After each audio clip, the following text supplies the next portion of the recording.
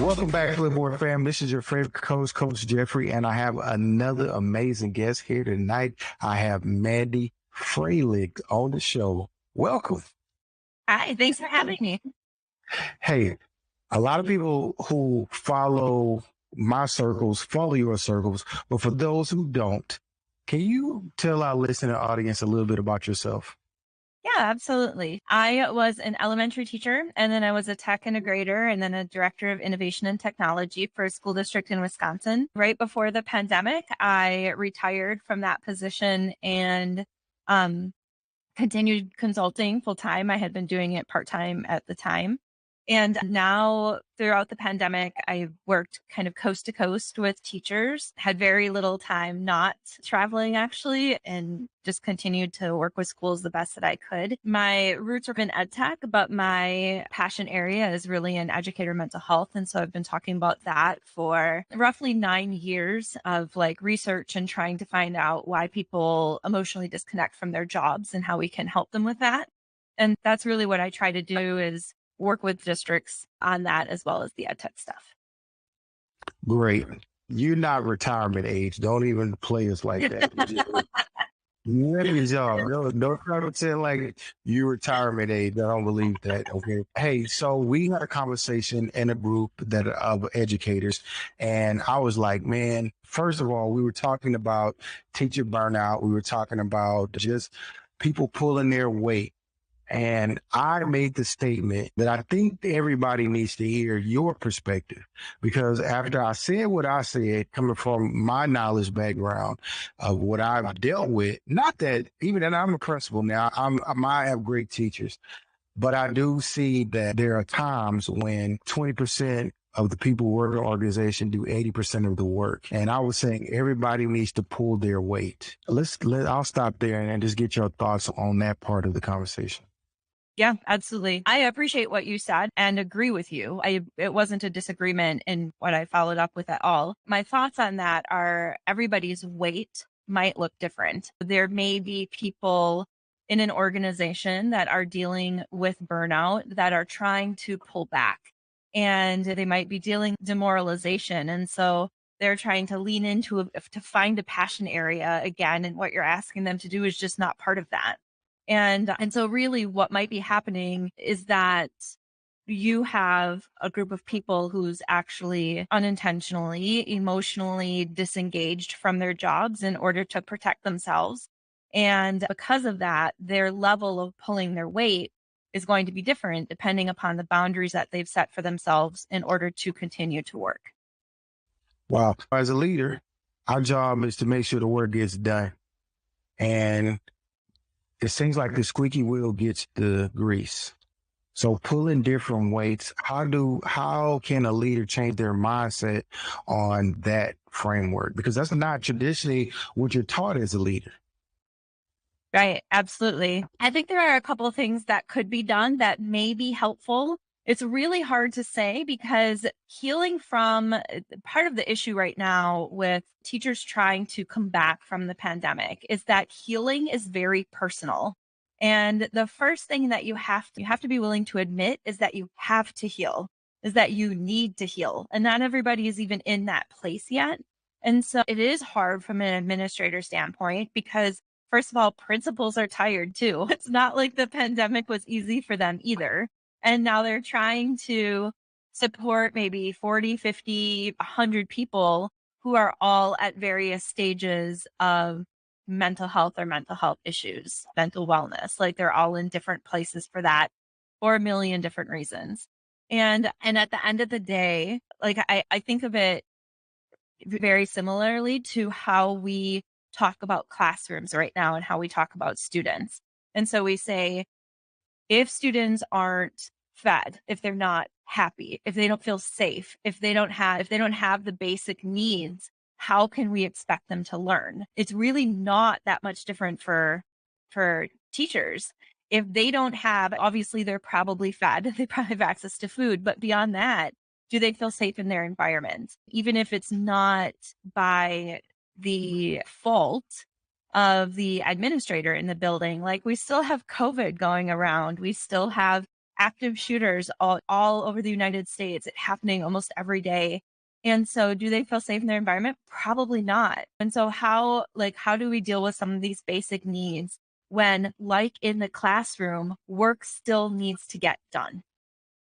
And so my best advice to principals would probably be, how do you expect your teachers to get the academic stuff done when they're dealing with students' basic needs? And I don't mean how do you expect it as in they can't do it. What would you expect a teacher to be doing in that classroom, addressing those students? And how can you model that in with your staff, in your climate and culture? Because like you said, at the end of the day, the work does need to get done. And even with students and all of the emotional things that are happening, at the end of the day, some learning has to get done. So what do we do about that? Some recommendations would be, try to list out everything that has to get done, roles that teachers need to play, and clubs that have to be run or should be run, or like all of the extra things, and write it all down and start to see, who is taking all of this stuff, and is there anything that anyone can take off from their plates? If any way that you can create a visual where you see that 52 things need to be done in a school and you have 14 people doing all of them, help give them a visual to say, like, we have all of these things happening. Does anybody have the capacity to take on anything? And if not, then, and those few are starting to burn out, then it needs to start being looked at what can be taken off from everyone's plate. Is there a club that has to run? It would be sad if a club doesn't run. It's more important to have healthy teachers in the classroom right now. It's probably temporary. So those would be just a few quick suggestions on things that could be done. Also, when we had that talk, we talked about some clubs going away and some organizations that may not. Do you really need the chess club? Do you really need that? And I don't want to pigeonhole you, but I never thought about it in that light. I never thought about, because we always try to do what's best for kids, right? Is there a need for all of these clubs? Is there? I hate to say it, right? Because in some cases, we know an adult or we know a child who thrived in that kind of environment and who did really well. But right now, when we're looking at teachers leaving in droves, and that was how one of the conversations started, right? The teachers leaving in droves. Is it more important? Are there other innovative ways that we can give students a similar experience without having to have an adult run that piece? Is there a PTO member? Is there some sort of parent group that can be put together? Maybe you have another elementary school that's close, and one elementary school takes on the math club and the other elementary with all of the kids from the two schools, and the other elementary takes on the art club. Are there other things that we can do in order to create this place for kids to still have these experiences without needing to burden so many people? So why do you think teachers are leaving education in droves? I get asked this question all the time, and it's so hard for me to say. There are a million different reasons. This has been a long time coming. Like, we knew that the pandemic was really just the last straw for some people. And I think at this point, I believe we went through the second wave of attrition during the summer. I think there's going to be one more just before December where teachers start retiring and leaving and things like that. I think from the standpoint of when you look at some of those basic needs not being met, not feeling safe in schools, like that alone, honestly, could be enough of a reason to leave. I remember the feeling of being unsafe in my classroom. And I remember standing in my classroom looking for the best place to put my kids because I was in an open concept classroom. And I felt like no matter what I did in that classroom, there was no way anybody would survive. And that was years ago, before the shootings started happening on a regular basis. Like, until society really starts taking responsibility for some of the things that are happening in schools, it's going to be really difficult to keep teachers in there. They don't get paid enough to sacrifice their life with what's happening. I don't know if there's pay scale alive that would cover something like that. So there's the idea that the profession in general is not well respected. We're often asked to do the impossible, raise somebody else's kid, while sometimes not always agreeing with what's happening after they leave our care. It really is a difficult job. And I think that when pushed to the brink of when they need to decide between, am I going to be healthy or am I going to be sick and continue working in this volatile situation, they're going to leave. So there is no good answer, really. The only thing I really do think until society gets its stuff together, the only thing that we can do is continue to try to support teachers and support principals and paraprofessionals and everybody working in education the best way that we can from the inside, and keep our fingers crossed and hope it works. There's a saying that's going around that says that teachers quit principals. They don't necessarily quit their jobs. How do you feel about that statement? I think that if I would have read that 5 years ago, I think I would have said, that's probably 90% true. It's a generality, right? Like, it's not always going to be true. I would say right now, I don't think that's the case. I don't think that there is a principal out there that if a teacher is done, is going to be able to keep them there solely on their leadership style. I also think that in the systemic place that we are now, telling principals that they're solely responsible for engaging their teachers, emotionally engaging their teachers when we've gone through something so unprecedented, is unrealistic and unfair. And I've said this before, and it's not probably one of my most popular quotes, but I've said it's never the responsibility of leadership to emotionally engage a teacher. It's just not. It's the teacher's responsibility to stay emotionally engaged. It is the job of leadership to put supportive measures in place so that teacher feels like they have the ability to stay emotionally engaged. But at the end of the day, leadership cannot emotionally engage somebody. Somebody has to make that choice. And so I don't think leadership can do that. And I think it's really unfair at this time with the systemic issues we have to say that they can.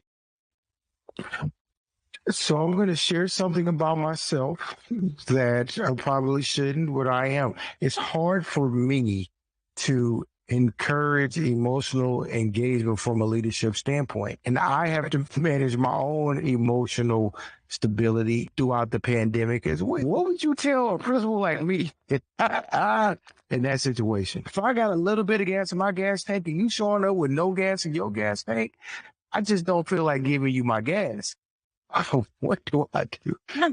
And that's healthy. That's a healthy boundary to have. I think that the thing with being a principal is that it goes back a little bit to what I just said. It's not your responsibility to emotionally engage somebody. Yeah. It is, first, they have to understand that they are disengaged, if they are disengaged, and then they have to make the choice to do what they need to do to heal from that disengagement. And the healing itself, and this is one of the areas that we're in right now, is that people are trying to heal, and the process of healing is ugly. It's not, when you get to a place of healing, that feels better, but the process of healing is ugly. I equate it to if you cut yourself really bad and it's bleeding. And as it starts to heal, it does all of the gross things. First, it bleeds, then it scabs, and sometimes it gets gross pus and green stuff, and it itches and it's uncomfortable. And that really, to me, is a good analogy of what emotional healing feels like. Uncomfortable, it makes you angry, and you're supposed to lean into all of these emotions that we generally feel we call negative, even though they really just are emotions. Like, it is what it is. And it's hard for people around us, especially when they're dealing with their own emotions, to try to have the space for others when they need it. I think that as a principal, sometimes teachers expect their leadership to be able to hold space, especially if they've trusted them in the past. Like, I trust you, so I'm going to come to you and I'm going to inadvertently ask you to hold space. And that can be really hard as an administrator, because you have not only that one teacher that came, but you might have had 10 other teachers that came for that same thing. So the strategies I can tell you that I have found some success with, one is just as a human, no matter what position you're in, asking people either if they can hold space for you at the moment, if you want to talk to somebody else, or vice versa. If somebody is starting to talk to you, actually saying to them, do you need me to hold space, or are you looking for advice? Creating that, just blatantly asking them, because you might be holding space when they're looking for advice, or you might be giving advice when they're not wanting it. And then knowing if you have the space to give. We talk about holding space a lot for other people, but if you're dealing with your emotional stuff, you may not have it. And I've had to say to people, I appreciate you and I want to be able to help you, but right now I don't have the space to hold. Like, I'm dealing with my own emotional stuff. Your stuff is going to put me over the edge. I haven't said that, but that's what I'm thinking in my head. Stop. There's no more space to be held. And so having those blatant conversations. Something else that I often recommend is to think a little bit about how your teachers want to be supported. And are you familiar with the love languages in a relationship? Yes, they do have the book somewhere over there. So yes. So it's that same idea. What I've noticed with leadership is that teachers feel supported in different ways. And for example, when I first started thinking this through, I was talking to one of my mentors and I said, how do you feel supported by a superintendent? And he said, I feel supported when the communication is really good and I know what's happening. And I was like, okay, I like good communication, but I don't need to be in the know. Like, I trust people to do their job. And I only need to know what I need to know, and I'm good with that. But what I feel supported by is when I know somebody has my back. Like, they know that I'm a hard worker. I put in the time, I put in the effort. And when I screw up, and they're willing to have my back on that. And he was like, yeah, sure. And so what I realized was, if, for example, we were both teachers and we had a principal who was fantastic at communication, but not always awesome at having people's backs when they screwed up, I would not feel supported and he would. And taking the time to do two things with teachers. Number one, asking them to find out how they feel supported. Asking them to really be self-aware, to reflect on some of the things that are done that make them have that feeling of support. Asking them to put that in words and tell the leadership what that is a really great way to communicate how they feel supported. Because we'll have a principal go and put a candy bar in everybody's mailbox. And it says, it's a cute little thing on, you're worth $100,000 or whatever it is. Mm-hmm. And some of the staff will be like, oh my gosh, a candy bar. That is what I needed right now. That would be me. Like, because chocolate anytime is how I feel supported, like 100%. Yeah. But then you'll get the people too who will be like, oh, nice, we get a candy bar in our mailbox, and won't really appreciate the effort that person went through to show their appreciation for them. And if the candy bar doesn't do it for you, what does? How can I support you so that you feel like you're being supported? And not a lot of teachers get asked that. It goes a long way to even ask them to go that far and be that transparent. And then you're not expending emotional energy trying to figure that out. It's just been a conversation. Yeah. You know? I love that. That's great. I was actually being counseled on that, so thank you for the I'm definitely going to use that. I think it's important. I'm not going to sit up here and act like I'm super principled, but I have never asked teachers that question. How do you feel supported? Or write that down. I think that's something really good that I'm going to take away from this conversation that I can quickly implement. I do have one other question, and it's about the pandemic. Stupid question, but I'm going to ask it anyway. Do you, the teaching profession, really harmed during the pandemic? So here's what I think happened during the pandemic. So if you go to my website, if anybody's listening to this, you can go to my website. It's divergentedu.com. I have a graphic under resources that's called The Hierarchy of Needs for Innovation and Divergent Thinking. It's actually what my book, Divergent EDU, is based on, which was written pre-pandemic. What I think happened during the pandemic can actually be explained with that graphic. Basically, what the hierarchy is, it has several foundational levels that need to be put in place and that need to be solid in order to give teachers the best chance at being innovative thinkers. Things like innovation, creativity, those types of experiences, that's extra. That is not something that is a part of our typical human experience. Like that takes up extra capacity. And that's okay on a normal day when we're working and we're doing our jobs and everything's going well. But it does take up extra capacity. So the parts of the hierarchy, the foundational level is climate and culture. Then there's effective leadership. Then there's mindset, personal, professional learning, and then the top of the hierarchy.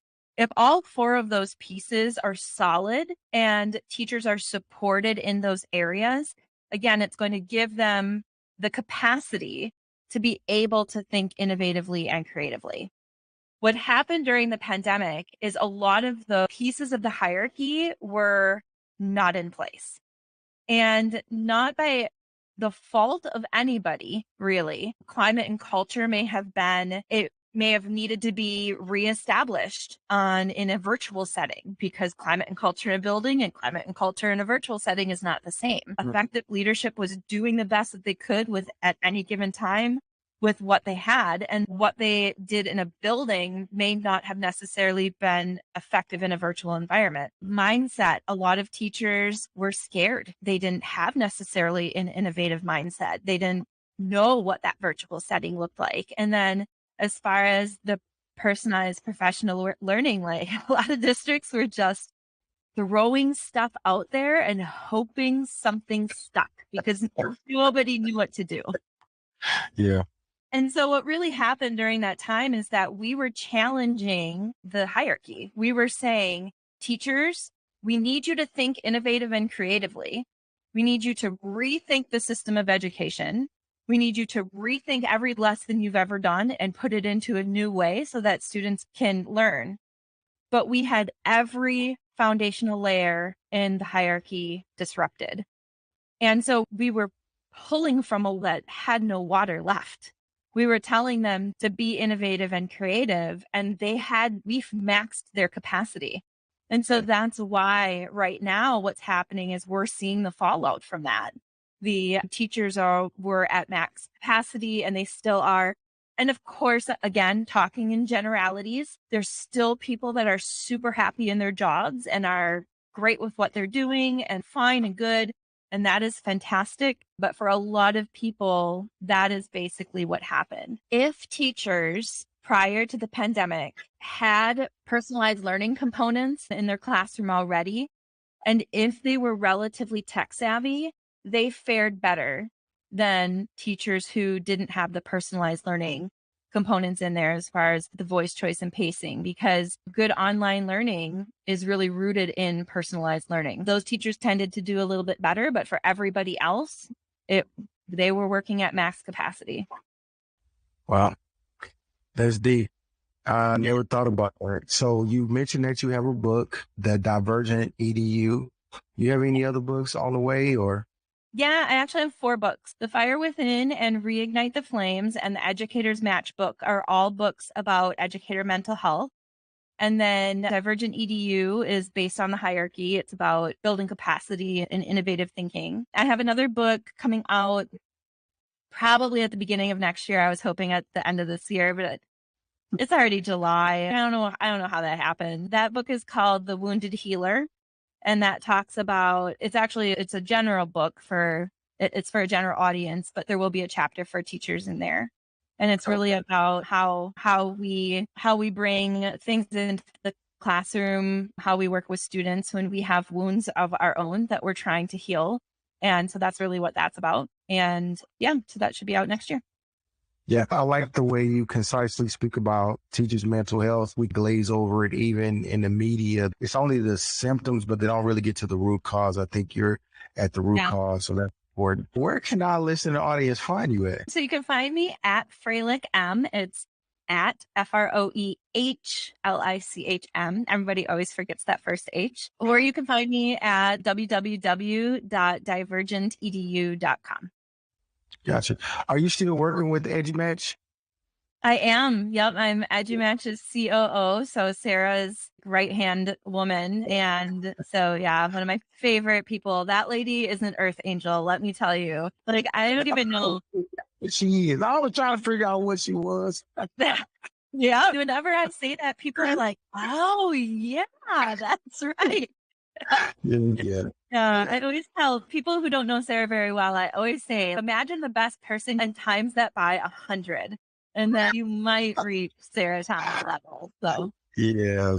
Good old Dr. Sarah Thomas. You also are going to be graduating soon. yeah, next year with my doctorate, hopefully, fingers crossed, because we'll see. But all of this stuff that we've talked about today is actually what my dissertation is on. So I'm hoping to get some actual research out there that people can use to help guide them. It's very practical. You see, I just went on ahead and I realized I need help. Before you get rich and famous. Just go on ahead, give me free help. Thank you for coming on the show, and I appreciate you talking with me. And I hope that you come back on and share some more information with us. Yeah, anytime. Thank you for having me on.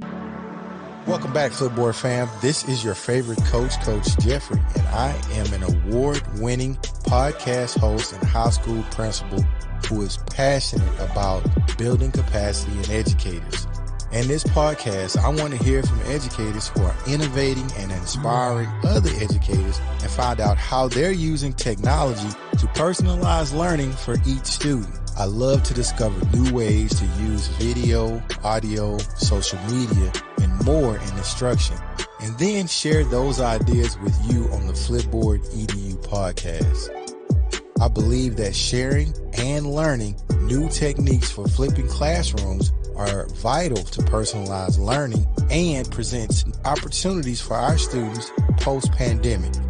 But with this podcast, you can get inspired by real stories of educators who are using technology and pedagogy in creative ways to improve their teaching and learning for their students. So like we always do at this time, let's collaborate, communicate, and educate with the best educators in the world right here on Flipboard EDU Podcast.